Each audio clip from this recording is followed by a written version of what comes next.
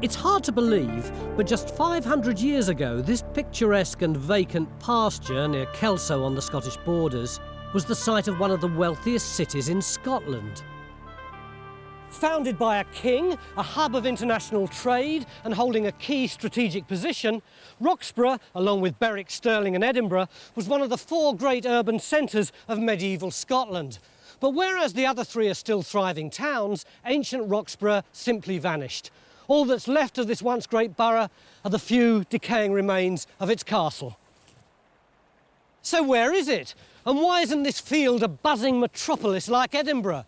The answer is, we simply don't know. There are no contemporary maps, documents are scarce, and amazingly, no archaeologists have been allowed to dig here until now. So, a whole city, virgin archaeology, 3 days, can we do it?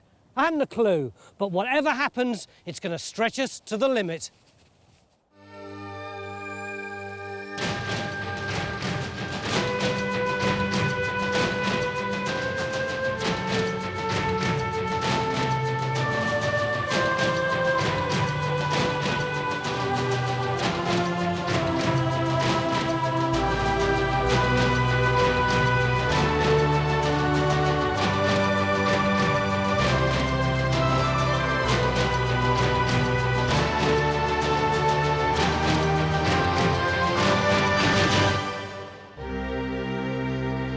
This is probably the biggest site we've ever attempted on Time Team. Nestling in the crook of land where the River Teviot joins the Tweed, it's a mile long and half a mile wide. Somewhere in here, we know, is a lattice of streets punctuated with civic buildings, churches, even a monastery. But where do we begin? And how on earth can we make sense of something as big as this in just 3 days? Mick, have we bitten off more than we can chew? No, I don't think so. I mean, whenever we come to a site, we have a series of choices about what we can do in the time available, and that's sort of governed by what we want to know about it, what the particular problems that we pose, and we could spend 30 years or more here. But actually, what we're interested in really is about the layout of this. Where are the streets? Where were the town defences? Where were the churches and buildings within it? And we can get a great deal of that without digging a lot of holes, actually, because we can do it from the other sources, the geophysics, looking at the early maps, and particularly this fantastic collection of air pictures Colin's got, which show all manner of features. Colin, there's an awful lot of activity around, isn't there? Well, there is. Fantastic. What are all these features? Well, here we've got a very obvious one, which is the ditch and bank feature, which we can see on the ground. And a section across that, I think, is going to tell us a great deal. What's all this stuff here? Well, all these little splodges appear to be occurring on church sites, and I'd suggested that they might actually be recumbent stone slabs giving harsh marks, but Stuart suggests, more prosaically, that they may be molehills. Oh, Stuart, you've no romance in you. No. What's this here, Colin? This appears to be part of one of the street lines, and then the broad areas on either side of that would be where the house lines were. Yeah, so that has to be one of our main targets, isn't I think it? so. If we can actually see something of what the buildings were like with all the pottery and stuff that they're using and the dates of that. Yeah. In other words, the ordinary sort of people that were living here. Absolutely. Yes. Yeah. So we really need to geophys that area first, I think, John, to get a bit more detail before we start. That mark up there is that big ditch that runs up there. Stuart's already worked out roughly where the parch marks are on the ground, and soon we're on the trail of our first target, the remains of one of Roxburgh's main streets, which Emma appears to be trying to find with a couple of fluorescent light tubes. What does it do? This is a new dual radiometer system. John, how come you've invested in this kind of stuff? Isn't the stuff that you used to use any good? Yes, it is. This is what you normally see us walking up and down the fields with. But what we've got here is a brand new instrument, and it does things twice as quickly. And it actually looks a bit deeper into the ground as well if we need to. Because it's got this extra length to it? That's right. An integral part of the system is on the back here, though. That's just a counterbalance. This isn't just a joke? No. The weight of the water actually balances it. And what does this machine actually do? It's a magnetometer. So what is it reading for us? We're looking at magnetics, and so that'll pick up rubbish pits, ditches, and it will give us, hopefully, a street plan. Historians believe Roxburgh started as a small, unremarkable town in the late 11th century, but its fortunes were transformed when one of Scotland's greatest rulers took a special interest in it. David I, who became king in 1124, is credited with bringing stability to Scotland after decades of internal strife. He chose Roxburgh as his power base. He built a castle here and gave the town a royal charter. It's basically his principal seat of government. He's witnessing, issuing most of his great charters here. He's holding councils here. There are major meetings of church councils taking place here. So, if we're thinking of it in terms of what might have been, Roxburgh could have been Edinburgh. Yes, and there is nothing else quite like it in Scotland. The fact that we're sitting right on top of a medieval town is pretty romantic. Yeah. But there must have been hundreds of towns built in the medieval period. Yeah, I mean, you're absolutely right. The 12th and 13th centuries was the great time of town foundation, town development. And in fact, most of the places that people think of as small market towns that they might live in or go and shop in were founded at that time. But of course, that's the difference, that they're still there, we still use them. Whereas here you can get a snapshot of what life was like in the 14th century. It hasn't been mucked up by all the post-medieval, Tudor, Stuart, Victorian, all those buildings put on top. And we're really lucky to be able to delve into this apparently pristine site because the landowner, the Duke of Roxburgh, has refused all previous requests to dig here. It's a real coup. But it comes at a price. This is a scheduled ancient monument, and we're allowed to dig only 200 square metres of it, a tiny fraction of the overall area. So every trench must hit its target. And for that, we're relying on geophys to produce really crisp results. Why the long faces? Well, have a look at this, Tony. This is what John's just produced, and he's just describing it himself as trashed. And certainly it's not looking like the town plan that we were expecting to see, is it? Not at all. What I'm wondering is whether we've got ploughing.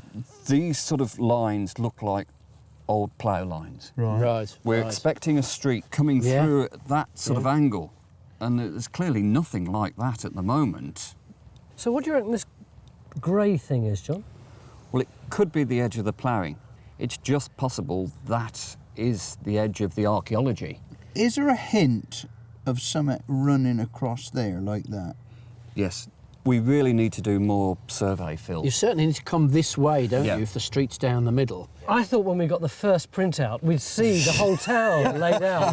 Yeah. Didn't we all? Yeah. But, I mean, All in all, a pretty disappointing start, and Mick's given John an hour to come up with better results.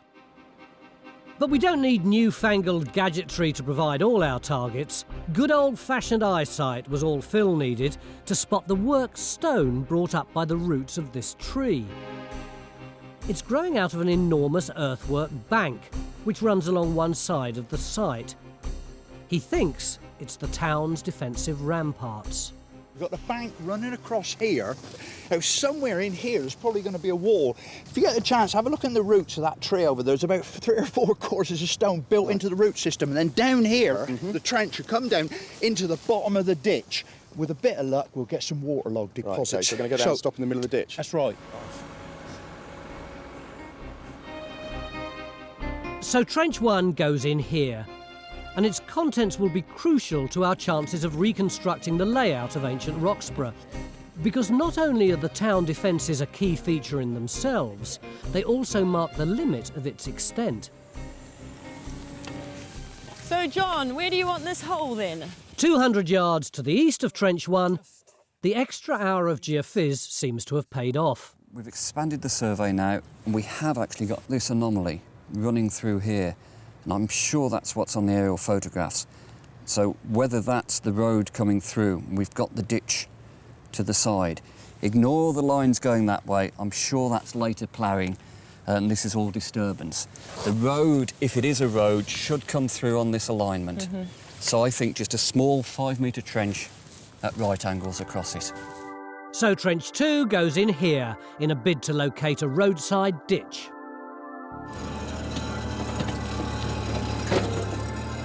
I think the ditch should be where his bucket's going through now. Perhaps That's not quite the impressive target we'd all hoped for, but it's a start. OK. Yeah, it's early days. Oh, absolutely. And now John's more confident about his geophys, he's in huge demand. Mick wants to see more of the area around Trench 2 in the hope a street plan will emerge. And Stuart wants him to have a look at our third target, another area of parch marks somewhere on the western edge of the site. Where should we be, Stuart? Well, in relation, you see this roadway that shows coming through here? That tree there is that one over there. So you need to be between that tree and the hedge line. All that area has got what look like archaeological features in it, whatever they are, if you so can resolve that. basically we need to cover as much as we can again. Yeah. I thought you might say that. Right, we've got to go right the way up to the fence. OK. I'm sorry. John and his squad are off again, looking for another road. Watch Mary. Once she starts, that's it. Up till now, though, there's been a lot of looking on this site and not much finding. So it's a bit of a relief when Matt in Trench 1 finally hit some archaeology. We're clearing out this clay and this perfectly circular feature have just appeared. And the edges of it are actually still very much intact. The stuff inside it is really loose and you can see it just going straight down. So, I mean, what we got, a post which is going to be what? Going to be about 5 or 6 inches across, yeah. If you look at the stones, they come up here in the section, stop there, and this post hole's right in alignment with it. So it looks like what we might have is a timber structure, maybe padded up with this clay bank at the front to make a really firm, compact frontage to the bank with all this gravel flung in at the other side. OK then, Fraser. This already looks convincing as a stout defensive rampart. The next step is to find and excavate the ditch that goes with it, and Phil's soon on the money. Ah, now look, that's going into the ditch. Dan's also beginning to uncover a ditch in Trench 2. Though his is a more modest roadside ditch, he hopes it'll eventually lead us to a street with houses along it. Dan, is there anything at all? There is. We do indeed have a ditch, and I've got an edge coming in here, and Bridget's got the other edge over there. OK, you've got a ditch, but is it a ditch for a road? Well, John's pretty adamant that it will be. Unfortunately, we'll have to extend the trench a little bit further in that direction to be absolutely sure about that. Are these finds from this trench, Derek? They're from the ditch, Phil. Good collection of 12th, 13th century medieval pottery. 12th and 13th is what we're after, isn't it? What's this? That's from a straight-sided cooking pot. That's why it's smoke blackened on the outside. Probably stood about that high. So are all these pieces of pot domestic? Basically, yes. But not necessarily from here. They could have been thrown from elsewhere. Yeah, but they're not very worn. I mean, I don't think they've travelled very far. So that implies to me that they've come from a house nearby. I wouldn't normally get very excited about drab stuff like this, but right now, these cooking pots are just great. Evidence we're closing in on the street and the houses along it, which is just the boost we all needed. As the first day draws to a close, the team go into overdrive. In the trenches, the archaeologists are digging like men and women possessed. Stuart's tramping all over the countryside looking for more earthworks. And the geophysicists have got not one, but 2 new sets of results. The bad news is the area over there, nothing but ploughing, cutting into whatever's there. Yeah, very like what we had earlier, isn't it? But look at this. This is where Phil's trench is. Here's the defences. Look at the regular pattern we're starting to get inside. I think this is really nice now. Yeah, that's much more like a town plan, isn't it? OK, if this really is good, what are we going to do with it tomorrow? Well, I think we should expand this trench, not only to get the rest of the road, but to go alongside the road and see if there's, the buildings that are producing this. And hopefully we'll get shed loads of this from the actual building alongside the road. Beginning of day 2 in our search for the ancient city of Roxburgh, somewhere underneath all this grass. And yesterday evening, John Gator said he'd got some good news and some bad news. The good news was that the geophys over there was looking really good. So we were going to extend the little trench that we'd got there into something really big. The bad news was that the geophys here was really indistinct. So 9 o'clock, and what's happened? We've got no work going on there at all, and we've got this really long 15-metre trench over here. Shouldn't this trench be way over there? No, this trench is exactly where it ought to be, Tony. Remember I showed you the photographs yesterday? how you've got these clear marks that look like a roadway. Yeah, yeah. And there are also features coming off it which might be either back boundaries to properties or buildings. But John, the geophys was really not good at all here, was it? Well, we've got lots of problems with the ploughing that I talked about, but it's really clear. Look, it stops on this line, basically between the tree and the gate over there. The ploughing comes up to there, but on this side, we're clear. And if I look at the geophysics now, I've got a bit more time, I can actually start to see the road features. So is it fair to say you've re-examined your evidence and found stuff you didn't find last night? Well, I suppose so. Matt, what have we got in the trench? Well, if we start at that end, you can see we've just clipped the edge of the road. That's where the compact gravel and sand is. Come in from there, this large dark area is where the ditch is, the roadside ditch. And then we're onto these stones here, these large flat stones, some kind of boundary to the road. And hopefully, as we go up here and clean up this end, we might find the buildings and stuff coming off the road. Any finds, Derek? More medieval pottery, Tony. First piece of imported pottery, that's from Yorkshire. That's Yorkshire ware from England. Interestingly enough, mostly this time from glazed jugs rather than cooking vessels. So what does that tell you? That suggests to me it's slightly later than the material we were looking at yesterday. Why are jugs later than plates? Because cooking vessels they start making them out of iron later on. So what's all this starting to tell us? We've got this roadway and we identify a roadway over there where Trench 2 is. We'll have some idea of the layout between them and what sort of units people might have been living in. Fantastic. But the big news of the morning, and I mean huge, is what Phil's discovered in Trench 1. Am I right in thinking you're stood in the bottom of a huge defensive ditch? You're absolutely right. This is one edge coming right up here, and then it runs down into the bottom and then climbs up to an enormous bank on that side. It is an awful lot deeper than the earthwork suggests. It must be, what, 10 feet at least? It's a very, very impressive ditch. If you're an attacker or anybody outside looking at somebody on the inside, they are very, very well defended. So do you know yet what's going on inside the ditch in terms of the defences? Let me come up and I'll show you that. Now, you see, the ditch is going to be rising up here, and then just beyond the edge of the ditch, which we think will be somewhere there, we've got this beautiful post hole in there. And funnily enough, we've got another one just back there. Now, this post here has actually been burnt. You can see the way the clay around it has been reddened by heat. Now, it's beginning to look as though we've actually got some sort of timber framing within the front of the bank. And that would perhaps explain why this one's burnt and that one isn't, because it would have been in the middle of the rampart. So we can now put the first landmark of medieval Roxburgh back on the map. These huge defences ran along the one edge of the town not naturally protected by water. If attackers managed to negotiate the deep and difficult ditch, they were then faced with a stout wall, built from clay, supported on a timber frame and clad in stone. It would have been an impressive barrier. And as the evidence of burning suggests, it was absolutely not just for show. In fact, the city was besieged on numerous occasions.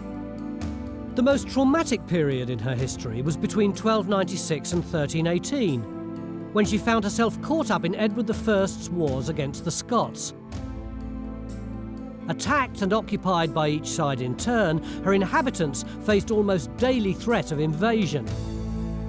So someone in 1313, when the Scots deliberately attack during the feast day, so the English will be taken unawares. And they seem to have been quite right. What happens is Sir James Douglas dresses his men up in black cloaks and gets them to go on hands and knees. It's nightfall and the sentries on the walls think that they're looking at cattle straying. They break in, overwhelm the few of the garrison that were still armed. A few escape into the Great Tower, but they don't have supplies, they don't have weapons, and they give up after 2 days. All this begs the question, why was Roxburgh so desirable? Of course, its strategic position in the borders is part of the answer, as is its political importance as a royal borough. But the real reason is money. It's in one of the most ideal locations for the production of two of the most desirable commodities of the Middle Ages, wool and cattle hides. Now, they're being produced in bulk in this area. You've got some of the biggest corporate producers of the Middle Ages, and they're being traded probably through the Great Fair of St James's that's held here end of July, beginning of August every year, where you have traders, merchants coming from all over Northern Europe, dealing in the wool. And then it is traded down from Roxburgh out through Berwick, and Roxburgh really gets rich on this. The sale of Scottish hides and wool to Flanders was in fact so lucrative that Roxburgh became one of the wealthiest cities in Scotland, on a par with Edinburgh. Mick's becoming increasingly confident that the layout of this medieval money-making machine is within our grasp. He thinks the street plan emerging from the geophys results is actually the very heart of the town, and this is where he wants everyone to focus. He's asked John to survey yet more of the area. He's sanctioned a massive extension to Trench 2, which he hopes will expose a large chunk of street and some of the houses along it.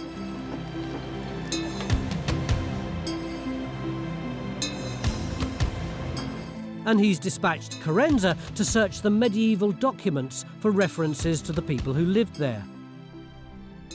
But dark forces are at work in the shape of Stuart Ainsworth. Just keep going along this track for a while then. Isn't this taking us away from everything? He appears to have kidnapped John and forced him to drive to the other end of the site about half a mile away to tempt him with a completely new target. You can see how it dips off here towards the fence, Yeah. and then beyond it's a patch of nettles. It's sort of all in this area here. Oh, not where all the nettles are. Indeed so. You're joking. And Stuart thinks they're covering something much more exciting than mere streets and houses. He thinks this isolated spot could be the site of St James's Church, one of the most important and substantial buildings in medieval Roxburgh. Its rough position is marked on 17th century maps, but its precise location has long been a mystery. We don't know whether it's those earthworks. It might be further around there, it might be further around there. We don't know it specifically on those earthworks. You don't like those nettles, do you? No, it's just the fact we're just starting to get a good plan, we think, of the town. Yeah. And if we stop halfway through and come over here, I'd prefer to argue the case with Mick. John to Mick. Yes, John, listening. Mick, I'll just put Stuart on. We've got a bit of a dispute here. Doesn't want to do what I want him to do. We've got a series of earthworks down here that I think might be the site of St James's Church. Now, I'd like to have some geophysics over it to see whether we can confirm that. And I thought this possible church was sort of marked on the map, Stu. You can narrow it down to a rough location, but there's a series of earthworks and we don't definitely know that they're the church itself. Hang on, we've got another protagonist coming in. Can you hang on just a moment? I want to... with Mick. If we don't know where this place is on the map, it's such a huge area. I know. I mean... We could have actually done a 20-metre square. I've got the Tony factor. It's a very hard call, isn't it? It is really, yeah. Oh, well, there's the block, there's your neck, you make the call. I thought this church was rather more fixed than it is. If it can be 120-metre square that'll hit part of it, we go with it. Otherwise, we can't afford the time to do it at the moment. I think if we go beyond the fence and kind of concentrate... In the end, Stuart reluctantly selects a small patch of the earthwork for John to geophys, and for the time being, everyone's happy again. Well, relatively.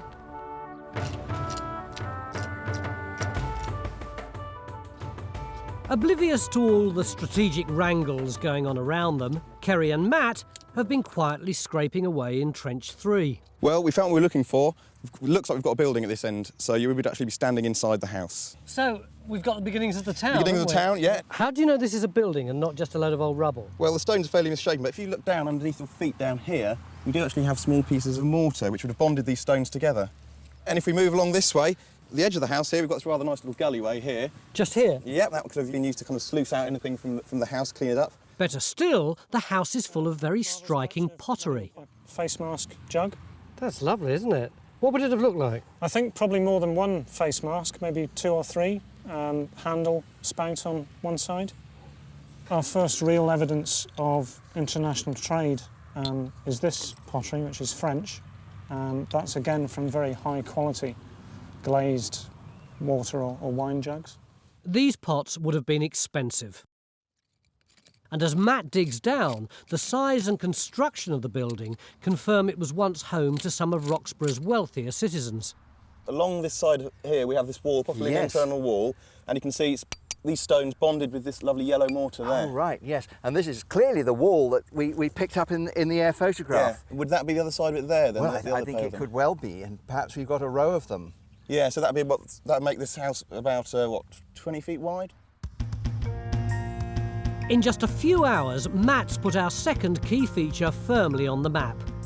A road that no one ever knew existed, which was lined with large, high-status stone-built houses. It's like a posh suburb, inhabited perhaps by people who'd made good in the wool trade. Phil, though, is after more ordinary folk. And in a now massively extended trench too, he thinks he's getting very close to them. Phil? Hello?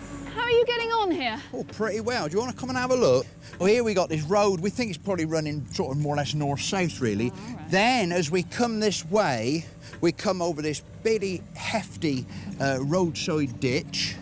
Now, as we come on again, we've got a much narrower ditch. We think that might be a fence. We've even got features in here that are going perpendicular to the main road. So we might actually have buildings fronting onto the street. Right, and that road is running north-south. That's right. Well, in that case, it must be Market Street. How do you know that? Well, we know there are two main streets in Roxburgh. One of them runs east-west, that's King Street, and the other one runs north-south, and that's Market Street. And I suppose you're now going to tell me you know exactly who lived here and what their addresses were. Well, actually, I can give you some of those. I was only joking. No, seriously, I mean, possibly with a bit more research, we could try and work out whose tenement this is. Well then, we are beginning to get the archaeology associated with these people because, look at this one. I mean, we've got a big stone there. And another one there. We reckon this might be a well or something. A well? Now then, if we can get some finds out of that, we can perhaps tell you what sort of lifestyle your inhabitants were living. You do your job and I'll do mine, all right? Right, brilliant. Which for Phil means extending Trench 2 yet again to reveal more of the house. I hope someone's keeping an eye on the square meterage because we can't be too far off our limit. Carenza's job's a bit less physical, but that doesn't make it any easier. Why have you drawn all these people's names on little tatty bits of paper? Well, what I'm trying to do is get my head round this sort of thing. Margaret, the wife of Roger, had a chantry. William Bosville adjoined on the north side. A tenement belonging to the Abbot of Melrose lay on the south side of that which belonged to the wife of the pious Roger. No one's attempted this before, and I can see why. It's a brain ache. We'll put him here, all right? Right. A tenement belonging to the Abbot of Melrose lay on the south side of Roger. Abbot of Melrose is. In the end, so make the most of it. There's the river. John evidently won his battle with the nettles on Stuart's mystery earthwork. But the things you're probably interested in are the high resistance here. And there's a certain regularity to it. When you say high resistance, that means it might be stone below the ground there? Yeah, it could be stone, it could be rubble. Well, rubble would be good because we know from documentary sources that the church was robbed and gravestones were taken away and so on. And what you might expect to see is rubble thrown back into the places they've been digging. So that potentially could be very exciting, couldn't it? As St James's Church is our best bet for a really solid bit of architecture, we all think it's worth a trench, which Mick decides to put in here.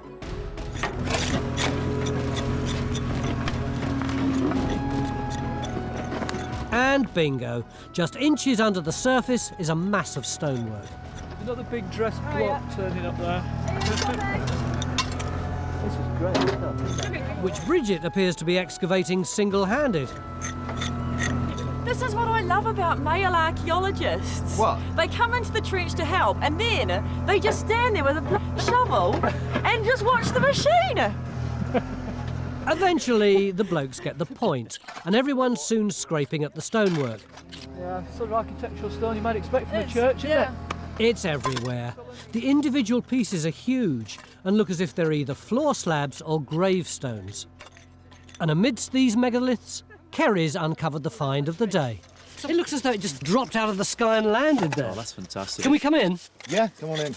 What do you think it is? Well, the shape of it, it's wedge-shaped. It could be a voussoir from an archway or something of that kind. Remind me what a voussoir is? It's one of these segmental blocks that fits into an arch. Looking at it though, you've got this stepped base. It could be the base of the cross. What, here? Here, yeah. So it could actually be the cross as the tree on which Christ crucified. Do you still get a thrill after all these years when you find something as beautiful as that? Every time we find something like this, and especially this, is absolutely brilliant. End of day 2, and what a cracker it's been. Every trench has produced fantastic archaeology, and we can now add the main road through town, Market Street and St James's Church to our plan. We're not celebrating yet though, because there are swathes of this site still to explore and loads of new targets, including an area the archaeologists are calling the Old Borough, where the founding fathers built the city's very first houses. And there's a big problem. All we've got left is 50 square metres, which is about half the size of this trench. So where shall we put in our final trench? Beginning of day 3 in our hunt for the lost medieval city of Roxburgh, and we've opened up a new front.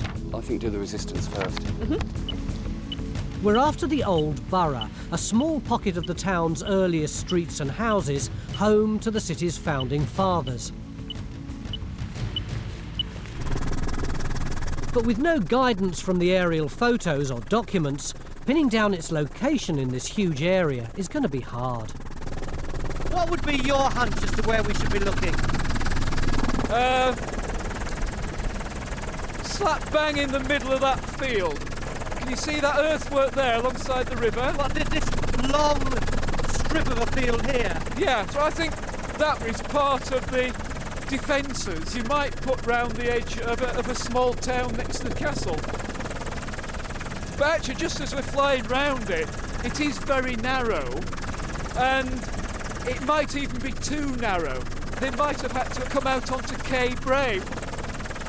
It would have to be on the top of there. Have you changed your mind already? Just someone fly round. Just to make sure, we circle the site once more. And Stuart spots a third possible location. I like the area between where St James's Church is that we've located and the castle over there. You changed your mind again! It's not easy, is it? No, it isn't. Ideally, we'd like to dig a hole in all 3 of Stuart's sites, but we've only got time to geophys 1. So Mick's plumped for Quay Bray, an area of high ground between the castle and the main site. And with every passing minute, the pressure's building. Henry, just come here a second, will you? All right, Tony. Last night, you told me that we were allowed to dig 50 square metres, so we could possibly have squeezed 2 trenches out of that. Yeah. Is it 50 square metres? Things have changed. I've reassessed it. We're actually down to 20. 20 square metres. Yes. That's all we've got left. That's it. And we've got 3 sites, and we've got to make a decision within the hour. Thanks, mate. OK. One bombshell at the start of day 3 is bad enough, but Stuart's just dropped another.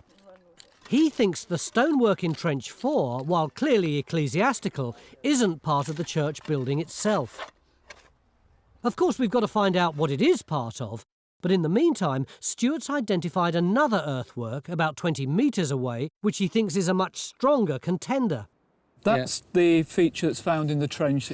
If you do a sketch of these earthworks here, you've got this lovely regular east-west platform. We've got a big bank out here which seems to define an enclosure, which might be a churchyard or something. And at first pass, I would have thought this would be a good candidate for the primary church building.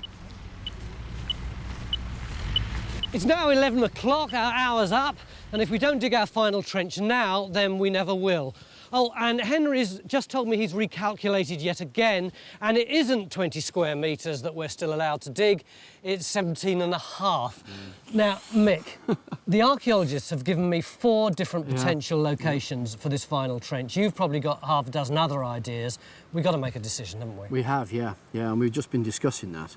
And I think we're duty bound to put one in up on Cay Bray up here. Why do you say duty bound? Well, because it was in the research design to see whether there was the early borough was up here. But you don't even think that the old borough's up here, do you? I From think the sky, you said it was somewhere right. else. I think there's one of three possibilities. There's Cay Bray, there's the area between the church and the castle, and there's the area immediately below the castle. So I don't think, you know, that we know where to put this trench, quite frankly. But, I mean, but we've got some of our best results from up here. I mean, look at this. This is the magnetics, and it looks as though we've got buildings, and for buildings to show in magnetics is rare. I mean, it could be that they're burned down. Oh, they're burned, oh, right. Could be. And I'd like to put a trench in just on there. Well, I think test. we'd use some of our currency up to do that, certainly. Some of it, how much?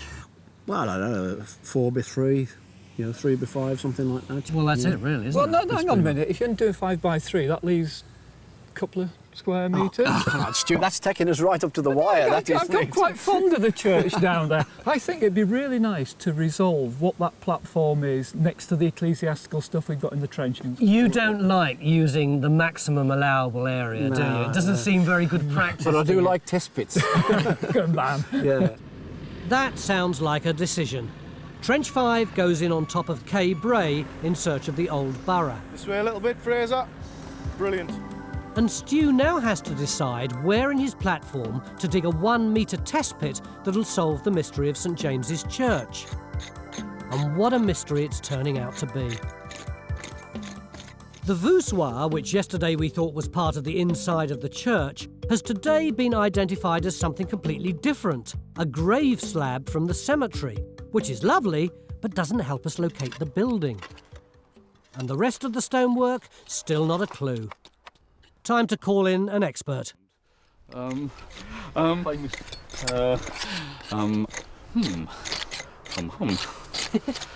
does seem very, very strange indeed, though. Well, at the moment, I would have thought you've got something extremely interesting, but extraordinarily puzzling. Thank you. That's exactly what we thought. That's my special opinion. Yeah. Right up to the peg, eh?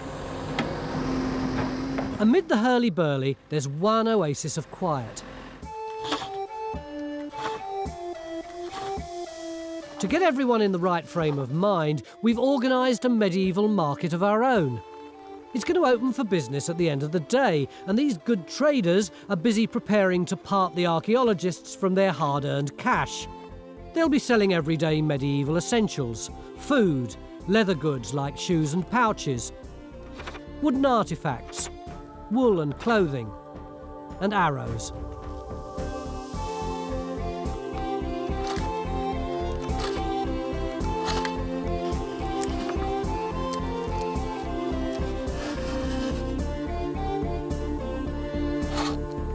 For nearly 400 years, people like this would have lived, worked and traded up and down Market Street, the road in Phil's Trench. He's hunting for the remains of their houses and workshops, and he's doing very well.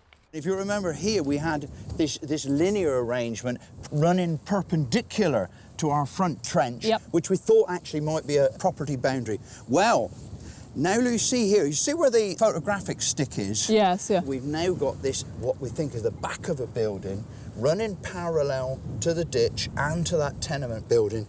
So this is one big building, as it were, going like that, That's backlight right. and across like that. Starting from over here, probably coming round along here, and then returning back along here. Phil's tenement would have looked like this. A fairly basic structure made mainly out of wood. It was a bit like a modern terrace divided into several properties. Similar tenements would have stretched out along both sides of the road. So one of you got to beat that? Well, I don't know if I've got anything to beat it, but the document we have here records 3 properties which have been... In fact, Carenza's played a blinder. Drawing on the geophys results, she's worked out that Phil's Trench is right next to the junction of Market Street and the main east-west road, King Street. And using information from the document, she's established the names of some of the people who might actually have lived in Phil's building. We're on the west side of Market Street, if that's north. So I suspect this building that you found is either William Boswell's building, William Skinner's, or the Abbot and Melrose's. Do we know whether any of them were craftsmen? Because within the finds of this stone line pit, we had a hint of some of the craftsmanship in this street. Derek looked at that earlier on, and he's pretty sure that is a piece of kiln furniture from a pottery kiln. Do you have any idea what date that might be? Well, it would have to be 13th or 14th century. Well, the document we have here is round about 1330. So perhaps that's the house, and perhaps this kiln was a little bit later than that, after the house had gone out of use. Either way, Phil and Carenza have managed to produce a snapshot of the heart of 14th century Roxburgh. This is how it might have looked on market day. A buzz of activity as William the Skinner, Hughtred the Baker and other residents of Market Street plied their trade. Perth still exists, Edinburgh still exists, Berwick still exists. Why, of all the great Scottish medieval towns, is this one the only one that's under the ground? Well, I think it had bad luck. I mean, it was in a very, very vulnerable area in the toings and froings between Scotland and England. Because it's so far south? Yes, and no one had really decided whether this was a bit of Scotland or whether this was a bit of England. Probably the decisive moment comes when Berwick falls into English hands again and remains in English hands. The king is not going to allow Scottish merchants to be trading through an English port. Because he won't get the tax Precisely, from it. the revenue goes to the English port instead. And that happens when? That's 1482. With Berwick in English hands, Roxburgh had no gateway to the markets of Europe and no money coming in. The inhabitants gradually drifted away to other cities like Edinburgh and Perth in search of a living. And by the early 1600s, Roxburgh had ceased to exist. 2.5 hours ago, we said we'd put a test pit in over there, and as you can see, absolutely nothing's been done about it. Over here, we said we'd put in a 3x5, and they've only put in a 3x2.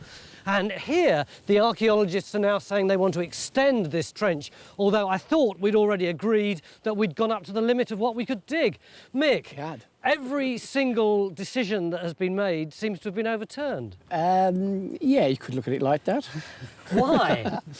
Well, here, we don't think we can resolve this now without an extension on each end, really. Not what do you very mean much. we can't resolve this? Well, because we've got a big mass of stonework which we think might be a wall of the church, and we need to see if it's got doorways on it. And What will a door tell us? If it's got doorways, then we'll know that's the north wall, and these stones and slabs in here are inside the church then. That will help a lot to understand it. But that doesn't explain why they haven't started that test pit over there. No, well, there we're waiting for the geophys results, because if we thought we could see some, you know, church-like arrangement underneath, then we might not even need to do that. Hang on a minute, hang on. Here you are. Oh, he's here, right.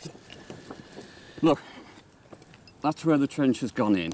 We've extended the survey now over Stuart's earthworks. Yeah. And we're getting indication of lots more masonry, but no clear wall lines. I can't give you a plan of a church. No.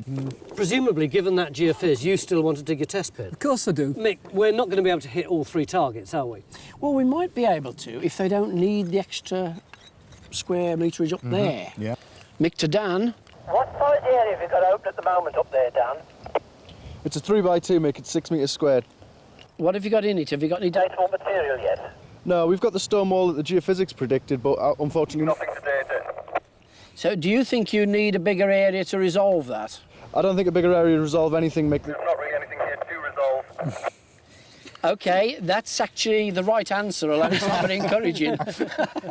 It certainly isn't. This wall might still be part of the old borough, but the lack of time and resources mean we've simply got to let it go. Instead, we're going to use up our remaining trench space to untangle the complexities of St James's Church, which, with just a couple of hours left, is going to be a real scramble. First up, Stuart's test pit. It's all your fault if it goes wrong. Sprayed it in the wrong place.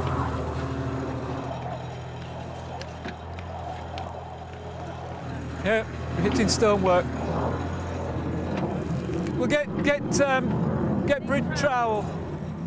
Ian cleans it up a bit so John and Stuart can make an assessment. I think we've got another one of those things over there. What, grave slab? Yeah, you see the way it's beveling? Is it part of the church? Is that on the same alignment? It's on the same alignment as that one over there. But the line of the no, wall. it's not. It's going that way. It's east-west, though. It's the same orientation as those. Oh, yes, but that's like that and that's like that.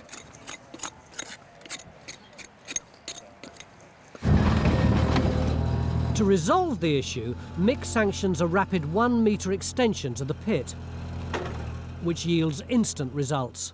So Ian, what have you got there? Well, take a look. What do you think? Right, well, it looks like 2 skulls to me. These skulls are the end of Stuart's earthwork theory. They're not covered by grave slabs, so can't have been buried inside the church. The test pit is in the cemetery. Which means everything now depends on the extension to Trench 4. They hope it'll prove their theory that this is a doorway in this, the north wall.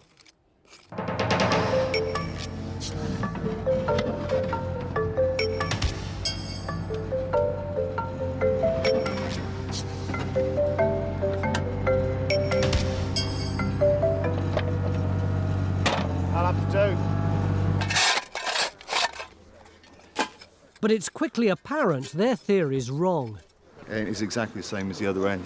It's not a door. And this is not a wall. It's actually part of a much larger detached platform. But all is by no means lost, because Richard now recognises it as something much more magnificent than a mere wall. It's looking increasingly like it could be the bottom of one of these big monumental type tombs. We don't really have anything like that. No, we don't. I mean, that would be unique for Scotland. I mean, there may have been things like that around, but I mean, they're long gone. Yeah. If Richard's right, then this is a remarkable discovery.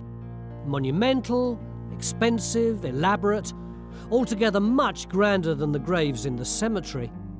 It was the final resting place of a wealthy individual, quite possibly one of the great political leaders of Roxburgh. And it means we've managed somehow to snatch victory from the jaws of defeat. Because tombs like this were built inside churches. So our picture of medieval Roxburgh is complete. Where once there was a blank on the map, we can now insert at least the bones of a city.